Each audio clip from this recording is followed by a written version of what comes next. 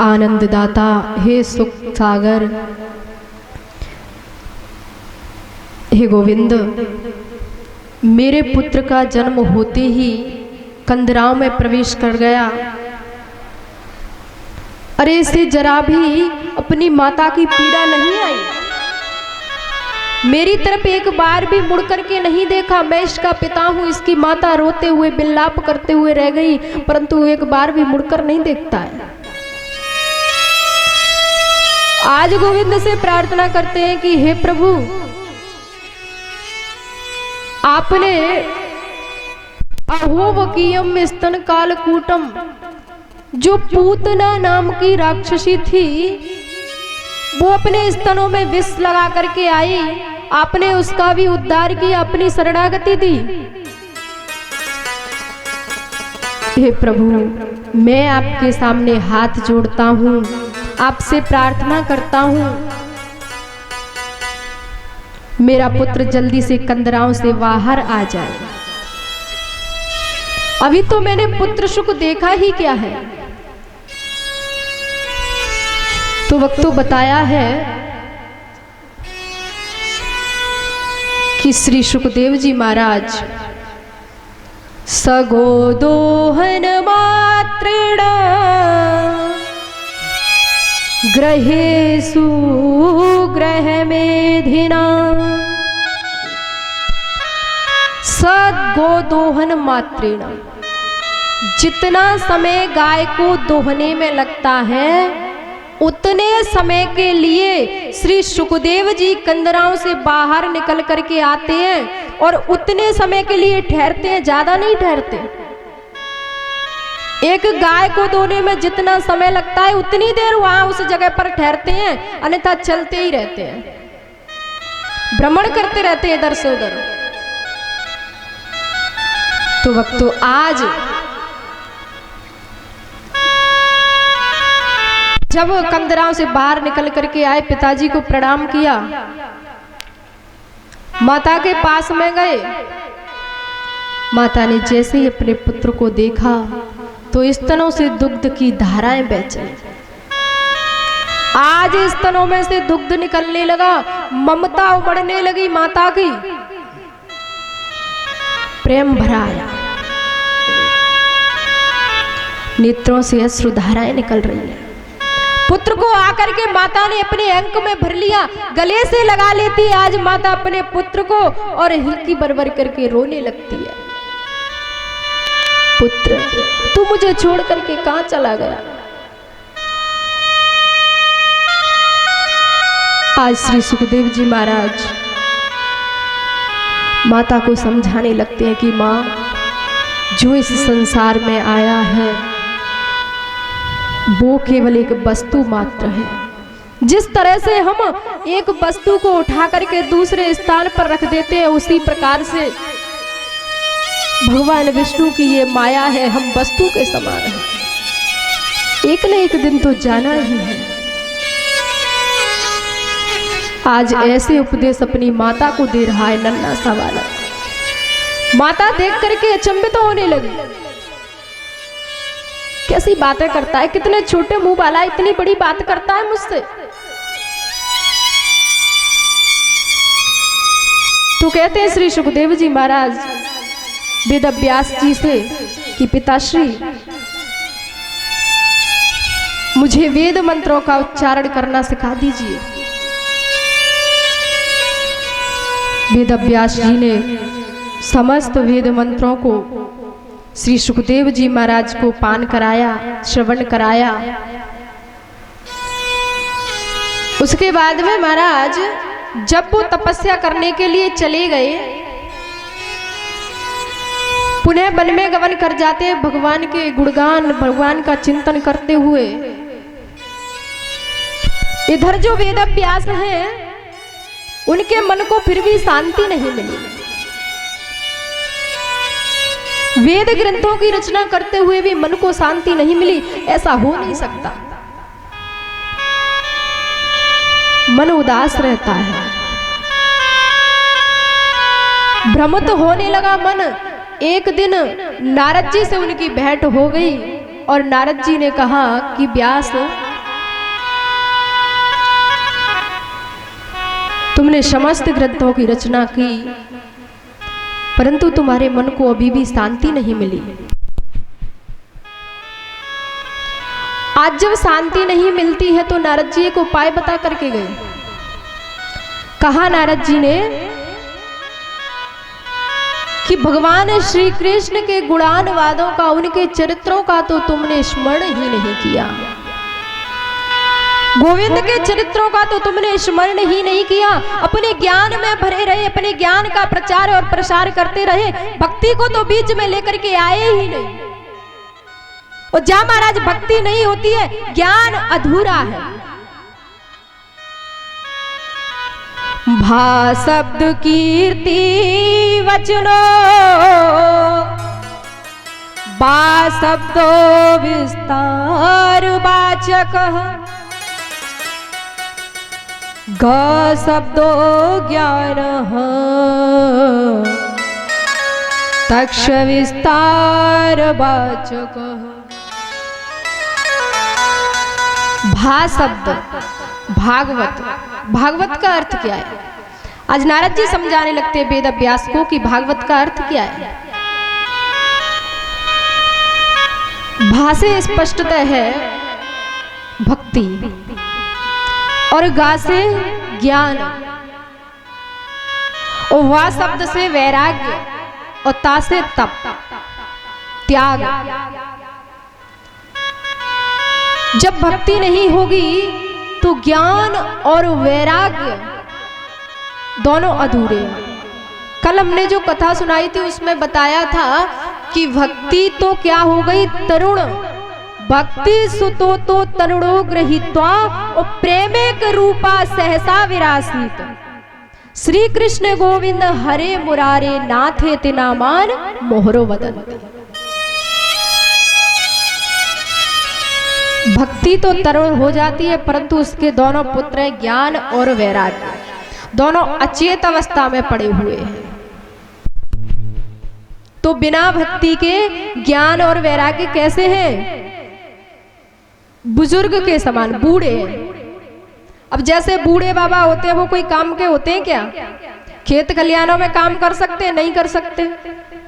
अरे 2 रोटी दे दो, टाइम से तोड़ ली तो तोड़ ली, नहीं तो जय ठाकुर जी की, ठीक है।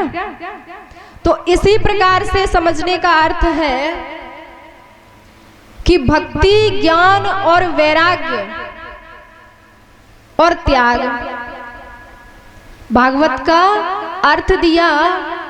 जब तक भक्ति नहीं होगी तब तक ज्ञान नहीं हो सकता, और ज्ञान नहीं हुआ तो वैराग्य नहीं हुआ। जैसे ही ज्ञान हुआ तो वैराग्य अपने आप आ जाता है। हमारे जो महात्मा लोग होते हैं, भक्ति पहले तो भगवान का भजन करते हैं कि नहीं? ज्ञान हो जाता है, भगवान का भजन कर करके ज्ञान हो जाता है, ज्ञानपूर्ण बातें करने लगते हैं, और फिर वैराग्य की प्राप्ति हो जाती है। संसार चाहे कुछ भी कहे, दुनिया चाहे कुछ भी कहे, अपने मस्तिष्क पर लंबे लंबे टीका, ये पीले पीले वस्त्र पहनने हैं, तुम चाहे कुछ भी कहते रहो। एक संत जी थे, संत जी अपना पूजा पाठ कर करके निकल रहे थे।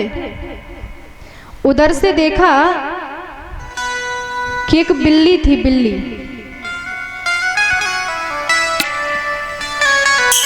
रास्ते में एक चूहा बैठा हुआ था। अब चूहा जैसे ही बैठा हुआ था तो बिल्ली आई, संत जी ने देखा। बिल्ली बेचारी भूखी थी, अपना भोजन बनाना चाहती थी, और वो चूहा था महात्मा जी के पास में आकर के बैठ गया और कहने लगा, महाराज मेरी रक्षा करो, मेरे ऊपर बड़ा ही भारी प्रकोप है। अगर मैं इस रास्ते से निकला तो बिल्ली तुरंत मेरा भक्षण कर लेगी, और मैं अपने प्राणों को देना नहीं चाहता। प्राण तो सभी को प्यारे हैं, है कि नहीं? ये बूढ़े बूढ़े बाबा जी बैठे, इनसे कह दो कि तुम्हारे जो घर वाले हैं ना, एक बार एक लड़का था गुरु के पास में गया, आप मुझे चेला बना लो। तो गुरुजी ने कहा कि चेला तो मैं बना लूंगा, पर एक शर्त है मेरी। बोले क्या शर्त है? कहा कि शर्त ये है कि मैं चेला उसी को बनाता हूं जो संसार के सुखों से अपने मन को हटा देता है, मोह माया से विरक्त हो जाता है। तो महाराज बोले मैं भी मोह माया से विरक्त हूं, मेरा संसार में कोई नहीं है, ना तो माँ, ना बेटी, ना बहन, कोई भी नहीं। संत जी ने एक दिन कहा कि इसकी परीक्षा ली जाए, सच बोलता है या झूठ कहता है। संत जी ने उसे समझाया संसार में कोई भी अपना नहीं है। तो वो चेला कहता है कि नहीं महाराज, मुझे ऐसा लगता है कहीं ना कहीं माँ तो मेरी अपनी है, पिताजी तो मेरे अपने हैं ना, पत्नी मेरी अपनी है। तो महात्मा जी ने कहा चलो जा करके आज मैं उनकी परीक्षा लेता हूं।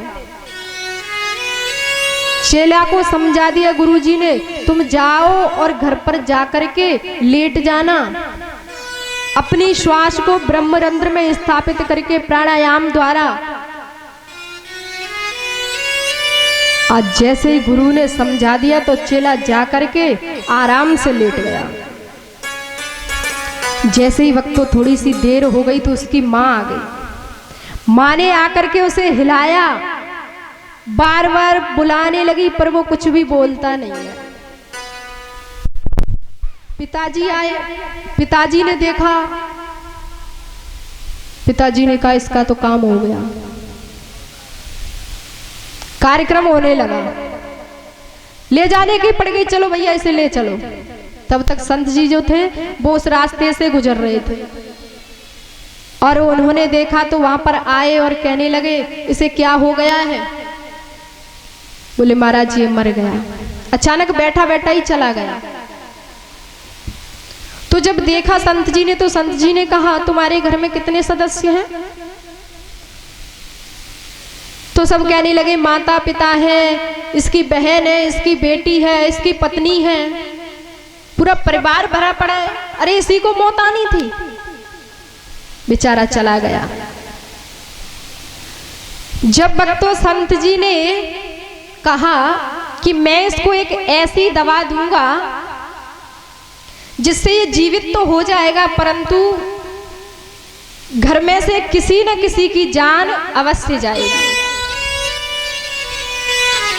तो जैसे ही सुना सबने तो सब पीछे हट गए, आपस में बातचीत करने लगे। बोले उसे तो मरना ही था, मर गया, चला गया, हमारा क्या ले गया। अरे अब उसके पीछे कौन अपने प्राणों को दे? मर गया तो मर जाने दो, अभी नहीं मरता तो 10-15 साल बाद मर जाता, क्या परेशानी है।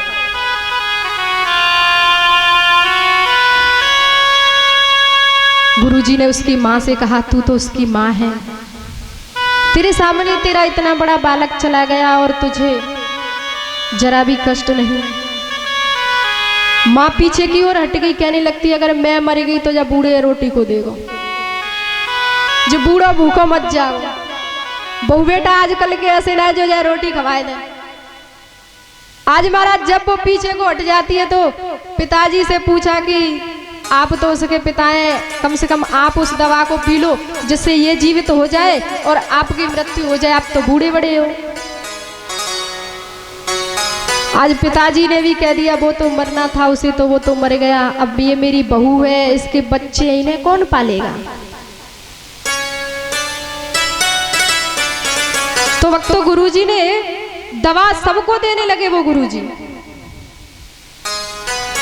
कोई दवा करा ले ओ भैया, हम फ्री में दवा कर देते हैं और एक खुराक के बदले में मुर्दा जिंदा कर देते हैं। एक खुराक के बदले में मुर्दा जिंदा कर देते हैं। कोई दवा कराए ले ओ भैया, कोई दवा कराए ले हम फ्री में दवा कर देते हैं, एक खुराक के बदले में मुर्दा जिंदा कर देते हैं। एक खुराक के बदले में मुर्दा जिंदा कर देते हैं। हाँ, एक खुराक के बदले में मुर्दा जिंदा कर देते हैं। वो एक खुराक के बदले में मुर्दा जिंदा कर ओ भैया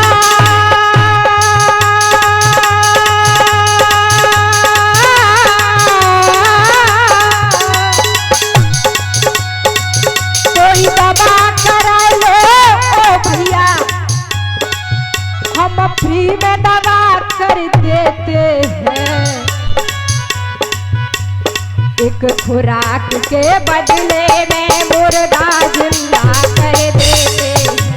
एक खुराक के बदले में मुर्दा जिंदा कर देते हैं। एक खुराक के बदले में मुर्दा जिंदा कर देते हैं।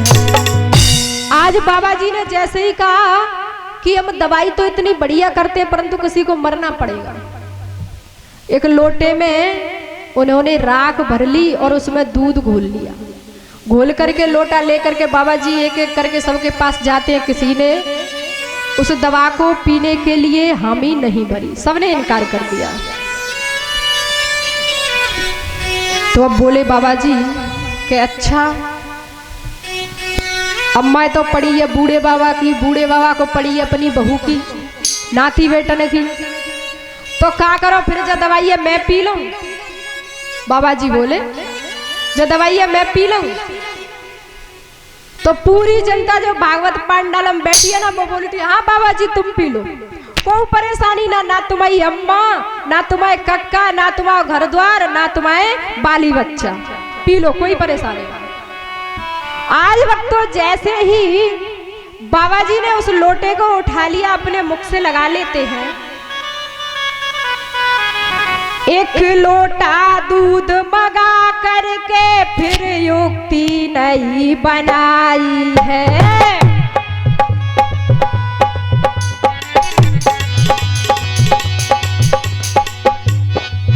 एक लोटा दूध मगा करके फिर युक्ति नहीं बनाई है हो।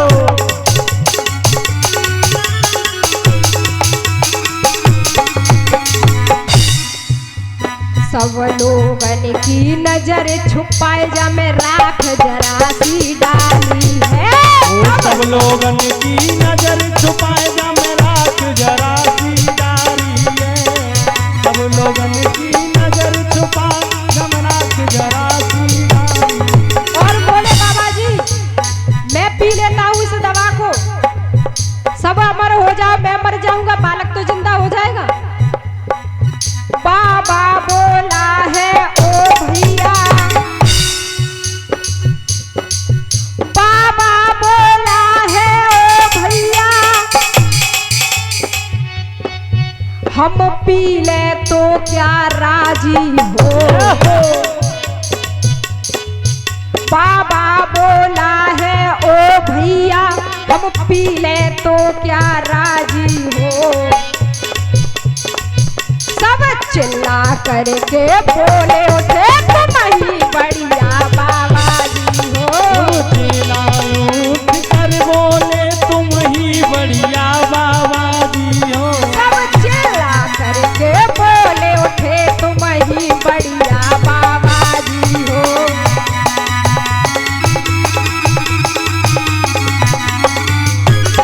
आज वक्त तो जैसे ही बाबा जी ने ये सवाल किया तो सभी वक्त कहने लगते हैं जैसे बाबा जी तुम पी लो, कोई परेशानी ना, तुम तो बड़े अच्छे ही बाबा, बड़े अच्छे गुरुजी हो, अब तो महाराज हम सब आपके चेला बनेंगे। आज जैसे ही गुरुजी ने उस लोटे को अपने मुख से लगा लिया और लगा करके उस दवाई को पी लेते हैं।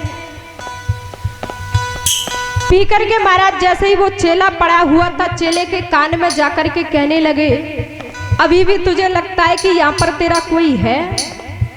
माँ तेरी नहीं, पिताजी तेरे नहीं, पत्नी तेरी नहीं, बाल बच्चे तेरे नहीं, संसार तेरा नहीं, कोई भी तेरा नहीं है। सब स्वार्थ के मेहमान हैं, कोई भी अपना नहीं। संसार में जो आया है उसे जाना ही पड़ेगा। तो जैसे ही भक्तों बाबा जी ने चेले को अपने साथ में लिया और लेकर के चल दिए गोविंद का भजन करने के लिए, तो इधर श्री सुखदेव जी कहते हैं कि राजन परीक्षित,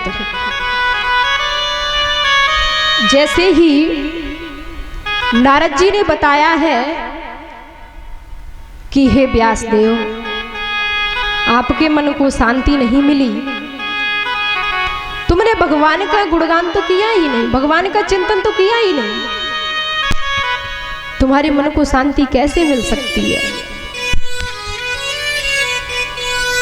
संत जी ने अनेकों प्रकार से समझाया कि व्यास, एक बार की बड़ी ही उतोचित घटना है।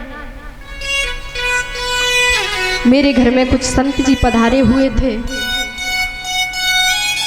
जब संत जी मेरे घर में आए तब मैं छोटा सा बालक था। ज्ञान उपदेश किया करते थे वो संत महात्मा लोग, और मैं बैठा बैठा उनके पास में देखा करता था, उनके उपदेशों को सुनता रहता था, उनकी वाणी को अपने कानों में मैंने उतार लिया। अब तो मैं जहां कहीं भी जाता हूं उनकी वाणी मेरे कानों में सुनाई देने लगी। अब तो केवल मेरी एक ही इच्छा रह गई है, मेरी माँ मुझसे अत्यधिक प्रेम करती है। मेरे पिताजी गुजर चुके थे, माँ अकेली थी।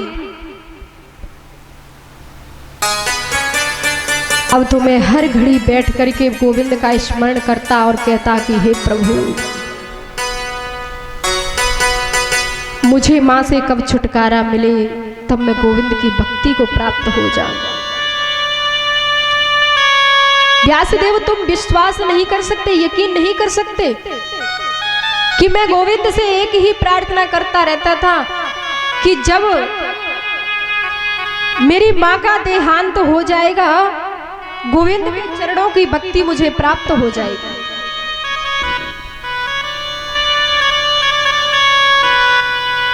आज इस प्रकार से व्यास भगवान को समझाते हुए नारद जी उनके भय को दूर किया, गोविंद के चरणों में उनकी प्रीति को, उनके मन को स्थापित किया।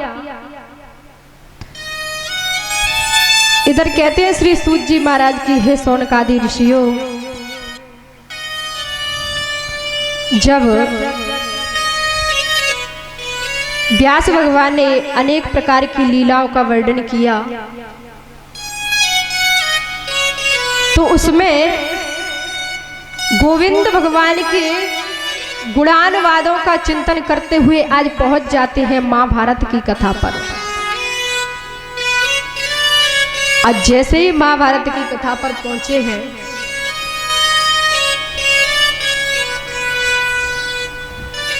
यदा मृदे कौरवं सृजयाना वीरेस्बधो वीरगतिं गतेषु ब्रकोधरा विगदः विमर्श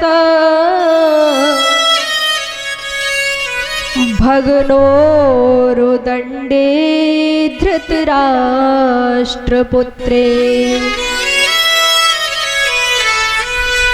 महाभारत के भीषण संग्राम में बड़े बड़े महारथी, बड़े बड़े वीर बलवान वीरगति को प्राप्त हो गए। पांडवों की विजय और दुर्योधन की पराजय, इस प्रकार से आज बताते हुए कहने लगते हैं कि हे राजन, दुर्योधन पांडवों को बिल्कुल भी पसंद नहीं करता था। कभी तो 12 वर्ष का वनवास और 1 वर्ष का अज्ञातवास, कभी लाक्षा भवन में जलाने की साजिश है, एक वस्त्रा द्रौपदी को नग्न करने की साजिश है, विश्व भरे मोदक के लड्डुओं को खिलाने की साजिश है। इस अनेकों प्रकार के कुकर्म दुर्योधन ने किए, परंतु फिर भी धर्म को पराजित नहीं कर सका। धर्म को पराजित करना इतनी आसान बात नहीं थी।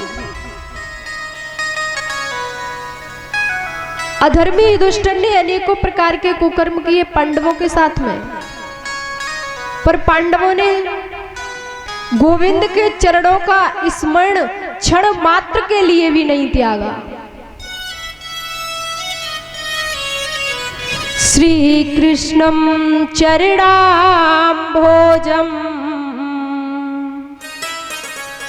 स्मर दुःखं गमेष्यति।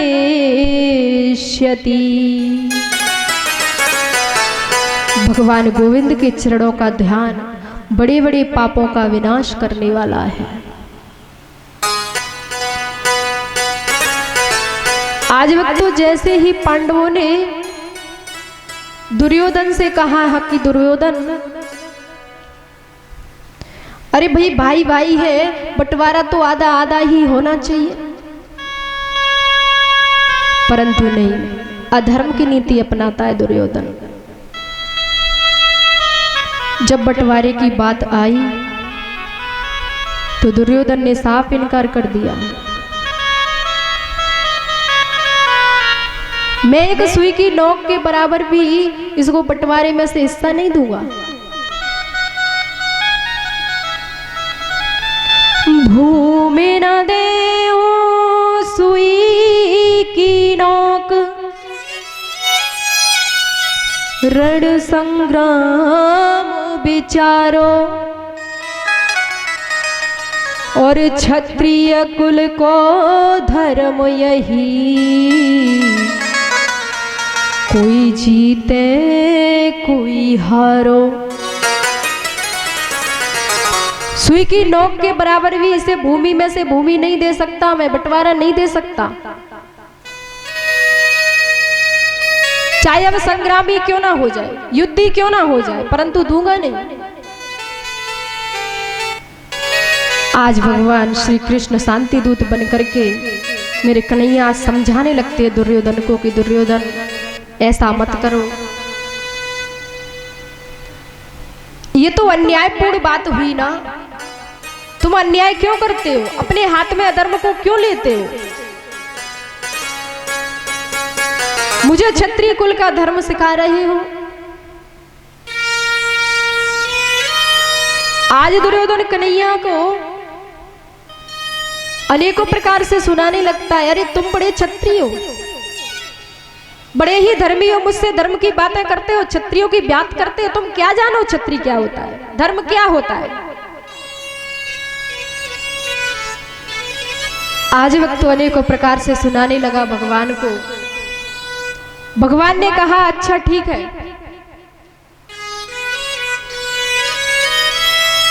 तुम बिना युद्ध के पांडवों को उनका हिस्सा नहीं देना चाहते ना, पर तुम्हें पता नहीं, युद्ध में अनेकों माताओं की गोद उजड़ जाएंगी, बहनों की भाई चले जाएंगे, बड़े बड़े वीर योद्धा वीर गति को प्राप्त हो जाएंगे, क्या मिलेगा तुम्हें। आज मेरे प्यारे भक्त तो अनेकों प्रकार से समझाया, परंतु मानता नहीं है। बुद्धि इतनी विपरीत हो चुकी है, किसी की बात उसकी समझ में आती ही नहीं। ठाकुर जी बार बार समझाते पर कन्हैया की एक बात नहीं सुनी। तो अर्जुन ने गोपाल की सहमति से कह दिया कि मैं युद्ध करने के लिए तैयार हूं। अब तो महाराज बंटवारा होने लगा। जैसे ही दुर्योधन ने देखा कि कन्हैया खड़े हैं, कन्हैया की सेना एक तरफ खड़ी है, तो कहने लगता है कि कन्हैया की जो सेना खड़ी है उस सेना को मैं अपनी तरफ ले लूंगा।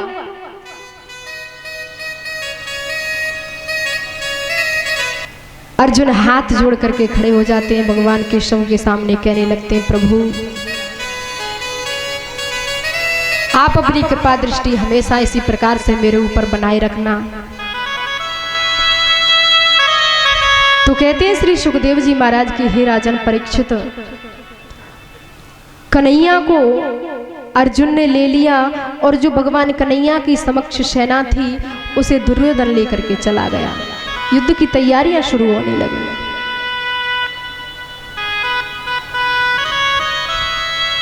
भगवान कन्हैया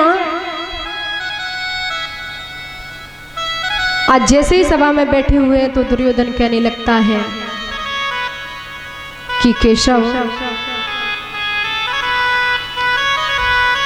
मेरी माँ ने बड़ा ही सुंदर भोजन बनाया है तुम्हारे लिए। वैसे तो तुम ग्वारिये हो, इतने अच्छे अच्छे भोजन तुमने कहाँ किए होंगे। मेरी माँ ने बड़ा ही सुंदर भोजन तुम्हारे लिए तैयार कर लिया है, जाओ जाकर के उसका पान कर लो। अरे एक बार खाकर तो देखो कितना सुंदर भोजन है। तो मेरे प्यारे आज मेरे ठाकुर जी ने कहा कि दुर्योधन मैं भोजन केवल दो ही परिस्थितियों में करता हूं। पहली परिस्थिति वो जब भक्त मुझे प्रेम से खिलाए, और दूसरी परिस्थिति मेरे लिए वो होती है जब मेरे पेट में भूख हो, खिलाने वाले के मन में मेरे लिए श्रद्धा, प्रेम और विश्वास की भावना हो, तब मैं भोजन करूंगा।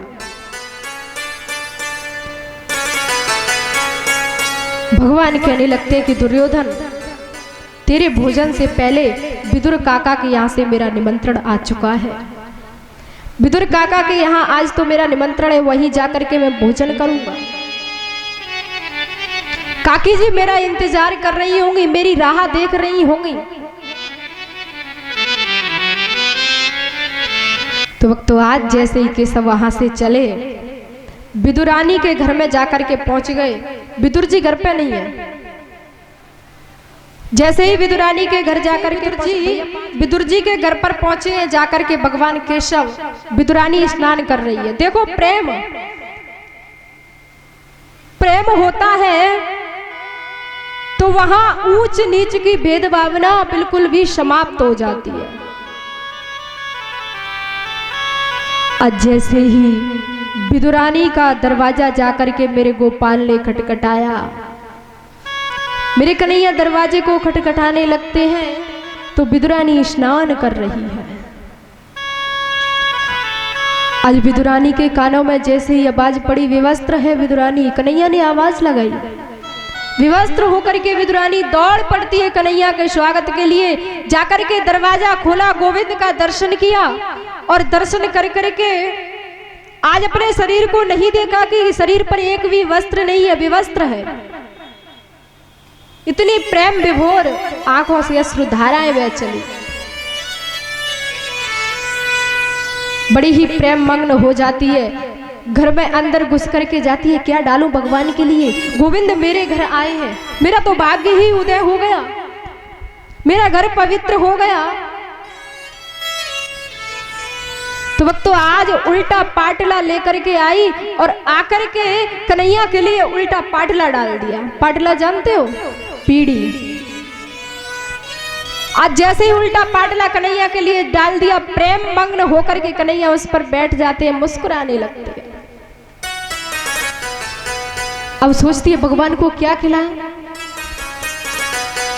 घर में कुछ भी नहीं है। तो तब तक विदुर जी आ जाते हैं केले लेकर के। आज जैसे ही विदुर जी आए, आकर के देखा है कि विदुरानी विवस्त्र बैठी हुई है, उल्टे पाटले पर ठाकुर जी बैठे हैं।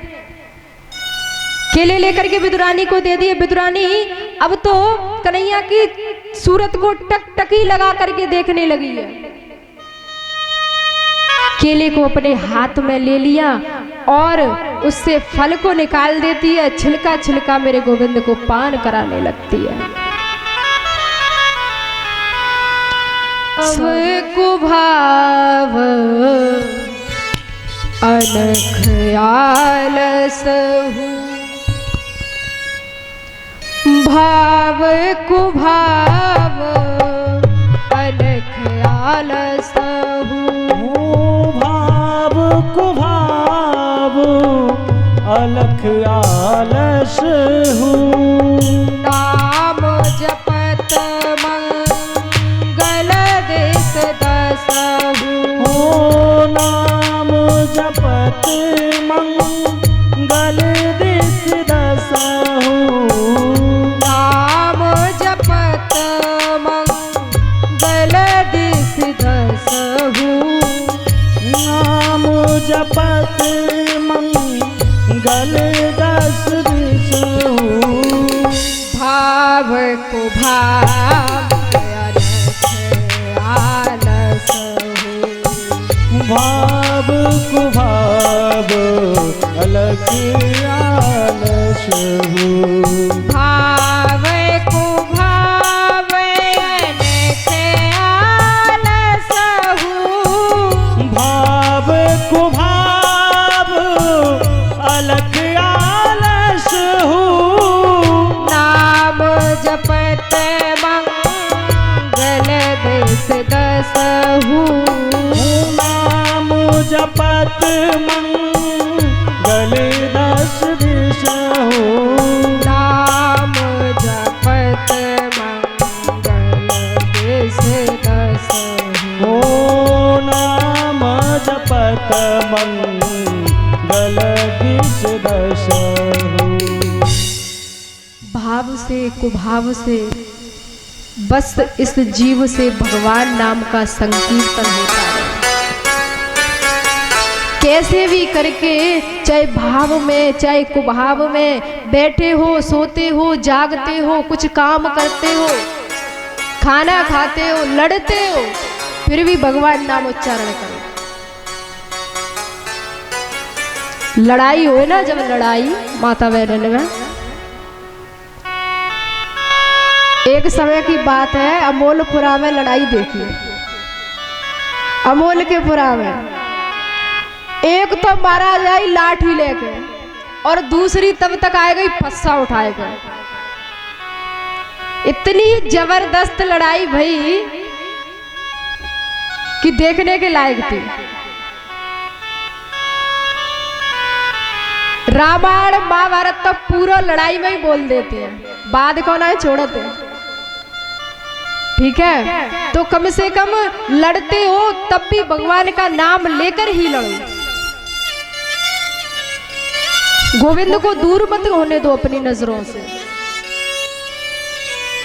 प्रभु को शामिल करके रखो अपनी चर्चा में। प्रत्येक चर्चा करते हो, उठते हो, जागते हो, बैठते हो, सोते हो, खाते हो, पर प्रभु का नाम मत भूलो।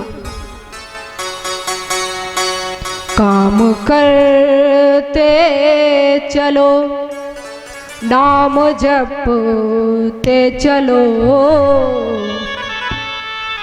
हर समय कृष्ण का ध्यान धरते चलो।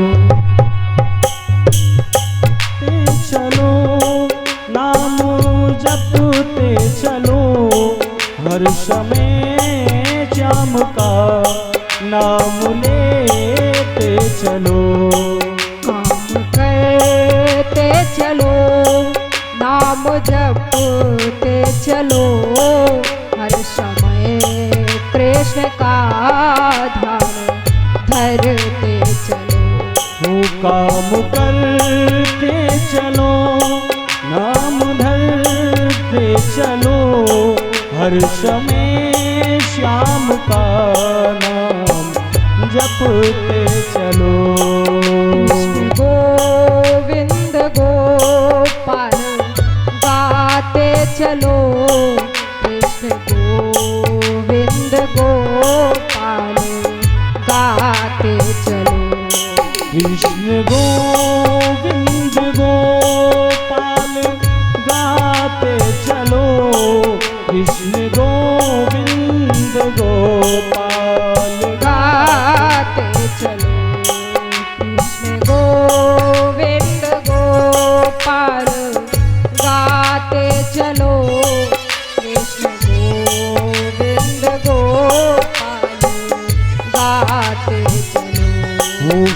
कृष्ण गोविंद गोपाल गाते चलो, कृष्ण गोविंद गोपाल गाते चलो।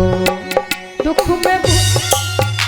में भूलो मती, दुख में तड़पो मती, सुख में भूलो मती, दुख में तड़पो मती, सुख में भूलो मती, दुख में तड़पो मती, सुख में भूलो मती, दुख में तड़पो मती। हर समय कृष्ण का ध्यान धरते चलो, हर समय कृष्ण का ध्यान धरते चलो, हर समय कृष्ण का ध्यान धरते चलो, हर समय श्याम का ध्यान धरते चलो।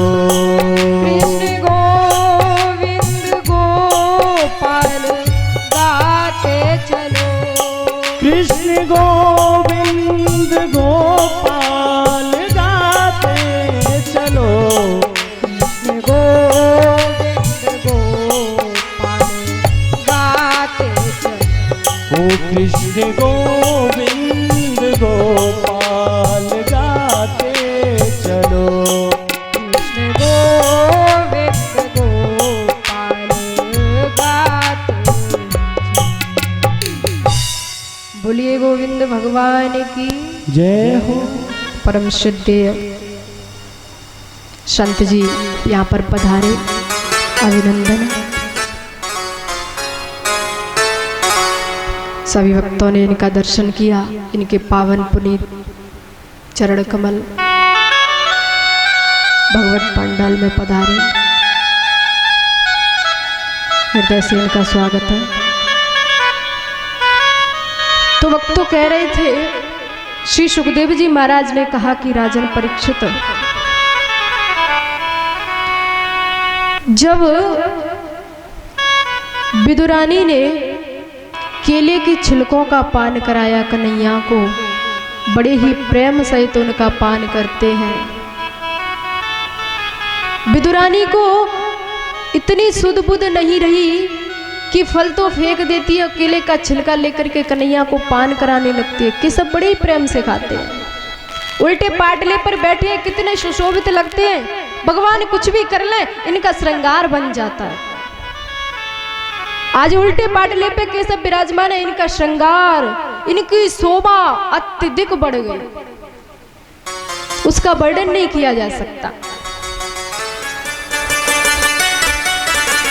जैसे ही आज भोजन करके मेरे कन्हैया चले, इधर महाराज जो दुर्योधन था, जैसे ये युद्ध में पराजित हुआ एक बार,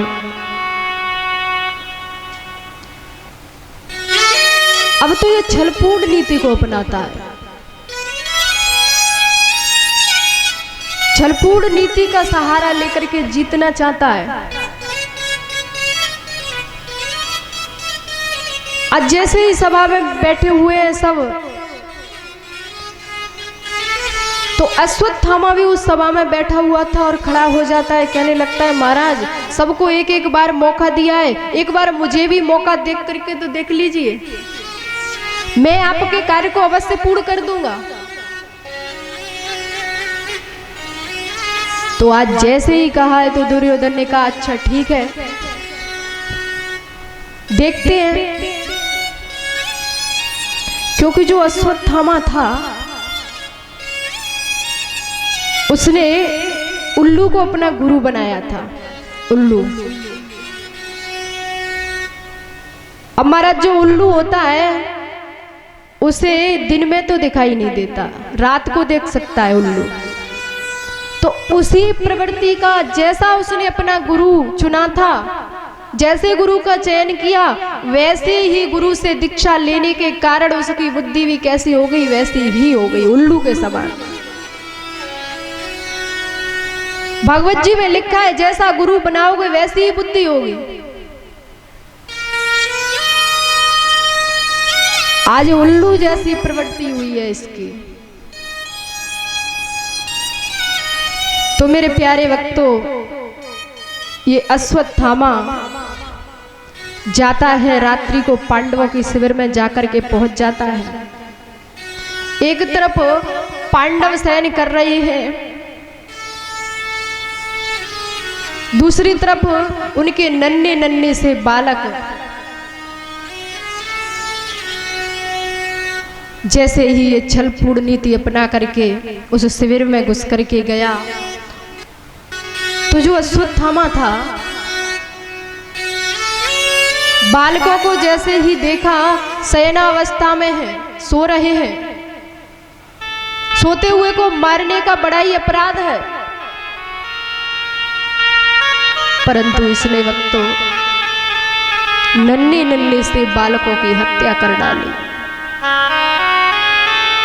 जब नन्हे नन्हे से बालकों की हत्या कर करके ये अश्वत्थामा उनके सिर को लेकर के और पहुंच जाता है महाराज दुर्योधन के पास में।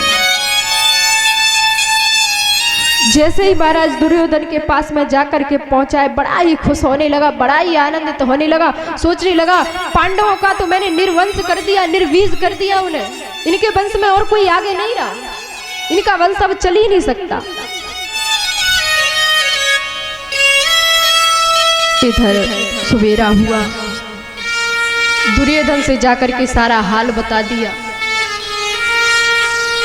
दुर्योधन ने जब जाकर के देखा तो क्या देखते हैं कि नन्हे नन्हे से पांडव उनके बालक उनके शीश काट करके अश्वत्थामा लेकर के आया है। आज जैसे ही दुर्योधन ने ये देखा है तो देख करके एकदम से आंखों में से अश्रुधाराएं बह पड़ी और कहने लगते हैं कि अश्वत्थामा, ये मूर्ख, तूने ये क्या कर दिया? अरे वो भले ही पांडवों के बालक हैं, परंतु हमारे वंश के तो हैं, हमारे वंश में कोई भी नहीं बचा, तूने हमारे वंश को निर्वंश कर दिया, हमें कोई तर्पण करने वाला तक नहीं छोड़ा।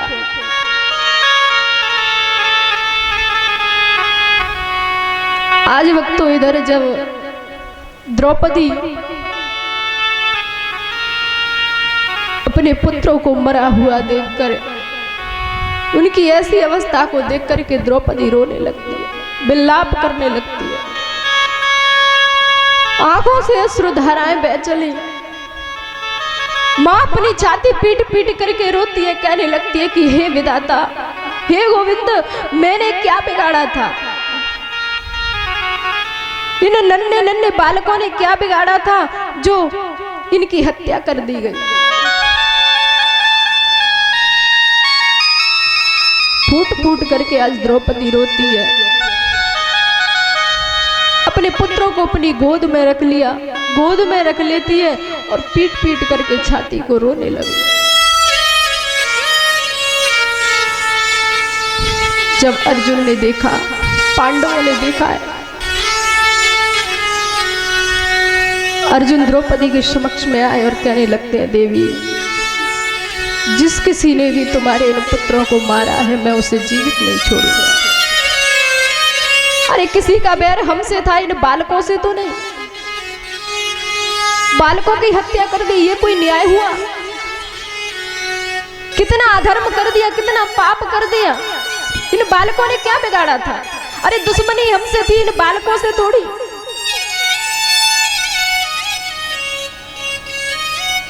आज अर्जुन ने कहा, देवी, मैं उसे जिंदा नहीं छोड़ूंगा। अर्जुन अपना रथ लेकर के कन्हैया को रथ में विराजमान किया और दौड़ पड़े। अश्वत्थामा देखा है कि रथ को लेकर के जा रहा है, भागने लगा। अर्जुन ने रोकने का प्रयास किया, अश्वत्थामा रुक जाओ। आज तो महाराज भयभीत हो गया, भयभीत होकर के भागने लगता है। जब अत्यधिक रोकने का प्रयत्न किया तो जो अश्वत्थामा था उसने ब्रह्मास्त्र का प्रयोग कर दिया। जैसे ही ब्रह्मास्त्र का प्रयोग किया,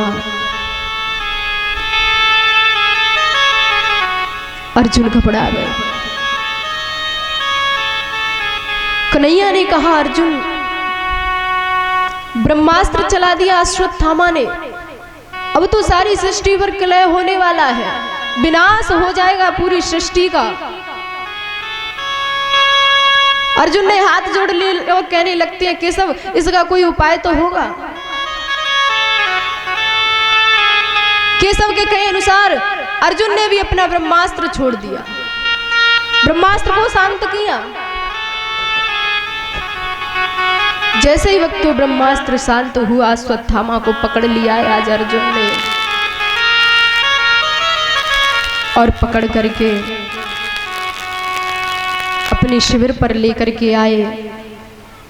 द्रौपदी ने जब देखा कि अश्वत्थामा को घसीटते हुए रथ के पीछे लेकर के जा रहे हैं,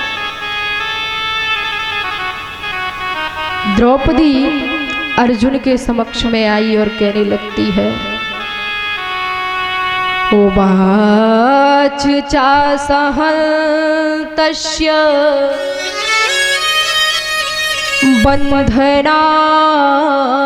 बन्धनानैनं सते मुच्यतामेष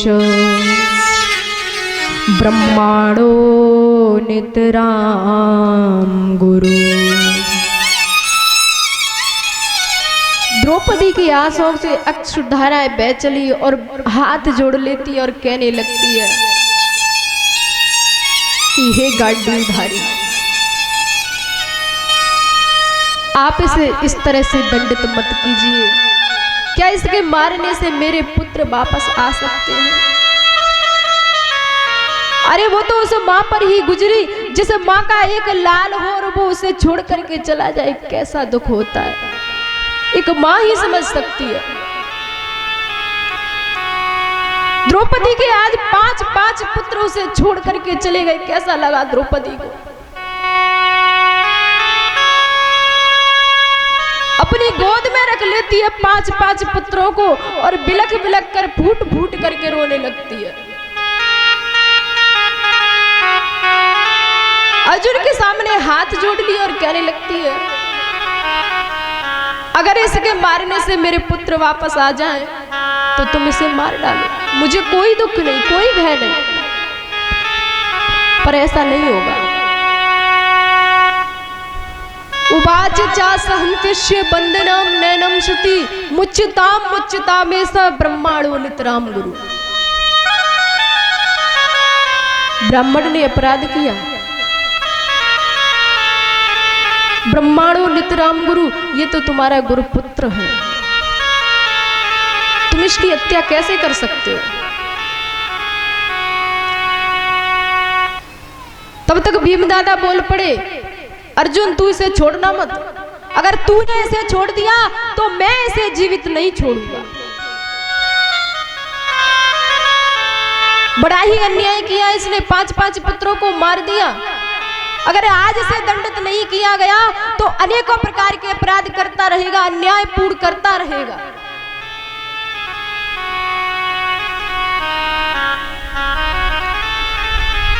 धर्मराज युधिष्ठिर, अर्जुन ने पूछा, भैया आप क्या कहते हो, क्या इसे मारना चाहिए या छोड़ देना चाहिए? युधिष्ठिर ने कहा, अपराध तो बड़ा ही भारी किया है इसने, परंतु इसे मारना नहीं चाहिए, क्योंकि ये ब्राह्मण है, ब्रह्म हत्या का पाप लगेगा। नकुल और सहदेव कहते हैं, मार दो।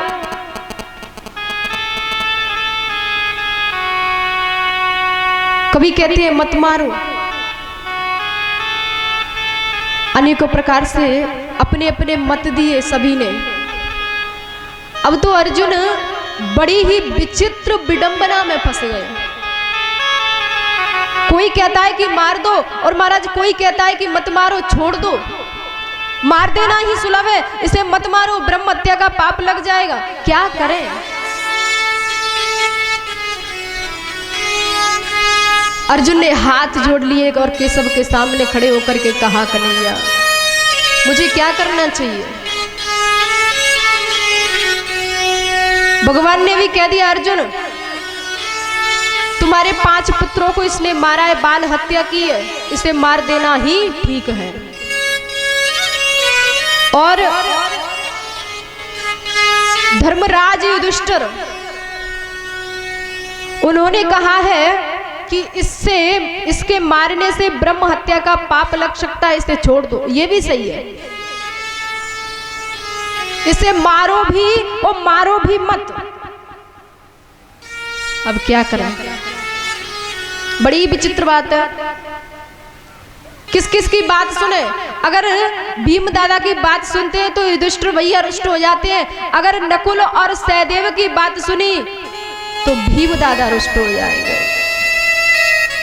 अगर अर्जुन ने छोड़ दिया तो भीम दादा उसे कदापि छोड़ने वाले नहीं है।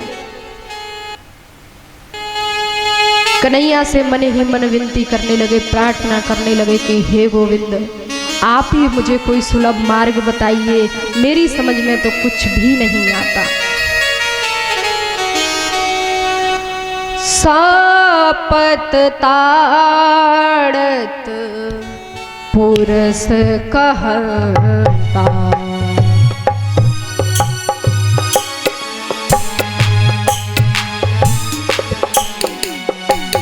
सापत ताड़त पुरस कहता, सापत ताड़त पुरुष कहता, ये प्रपूजे यस गावहि संता, वो विप्र पूज्यस गावहि संता, विप्र पूज्यस गावहि संता, वो विप्र पूज्यस गावहि संता, सापत ताड़त पुरस कहता।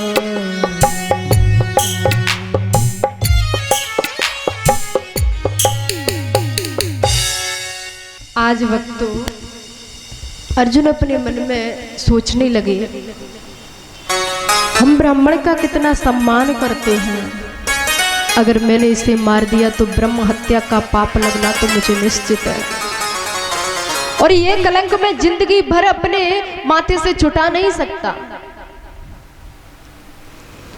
ब्रह्मावंदुर्न हंतव्य आतताई बदार हड़,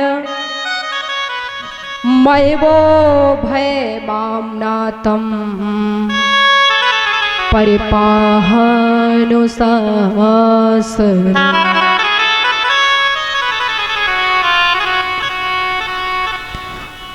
कन्हैया ने सुझाव दे दिया कि अर्जुन सुनो, आताताई ब्राह्मण बदयोग है, पर इसे मारना नहीं है, ब्रह्म हत्या का पाप अपने सर पर नहीं लेना है। इसके मस्तिष्क में जो मणि है उस मणि को निकाल करके, अर्जुन ने उस मणि को निकाला और भरी सभा में उसे बेइज्जत करके शिविर से बाहर निकाल दिया, उसका अपमान कर डाला। भगवान ने समझाया आताताई ब्राह्मण का यही मारना उसकी मौत है, ये उसको मारने से ब्रह्म हत्या का पाप नहीं ले सकते। तो इधर श्री सुखदेव जी महाराज कहते हैं कि राजन परीक्षित, जब भगवान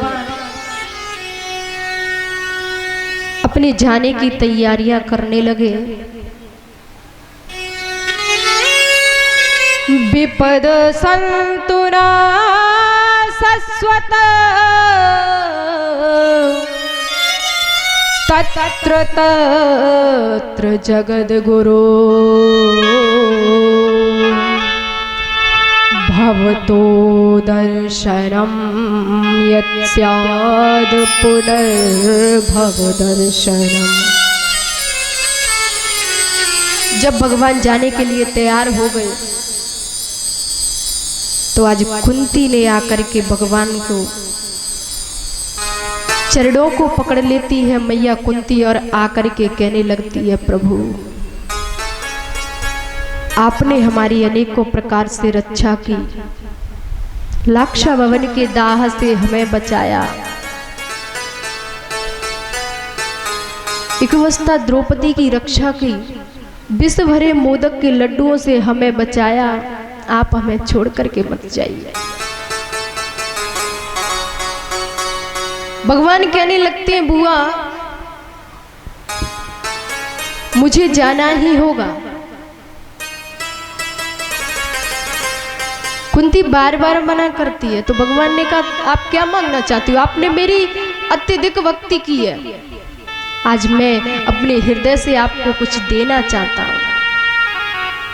आप अपने मुख से कह दीजिए, मैं वही आपको देने के लिए तैयार हूं, आप बोलिए तो सही। तो मेरे प्यारे भक्तों, आज जो माता कुंती है उसने एक चीज मांगी, और वो चीज दुनिया में कोई भी व्यक्ति नहीं चाहता कि वो चीज मुझे मिले।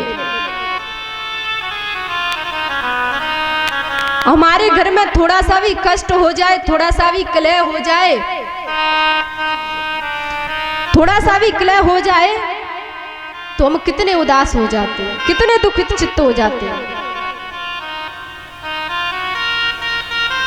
माता कुंती ने भगवान के सामने झोली फैला दी और झोली फैला करके कहने लगती है, कन्हैया संसार में जितना भी दुख है मैं उस दुख को मांगना चाहती हूँ। मेरी झोली में कन्हैया उस दुख को डाल दो, जिससे मैं आपका स्मरण निरंतर करती रहूं, कभी भी आपके गुणानुवादों को अपनी जिह्वा से इधर उधर न कर पाऊं, आपको कभी भी भूलूं नहीं, अपने हृदय में सदा आपको धारण करती रहूं।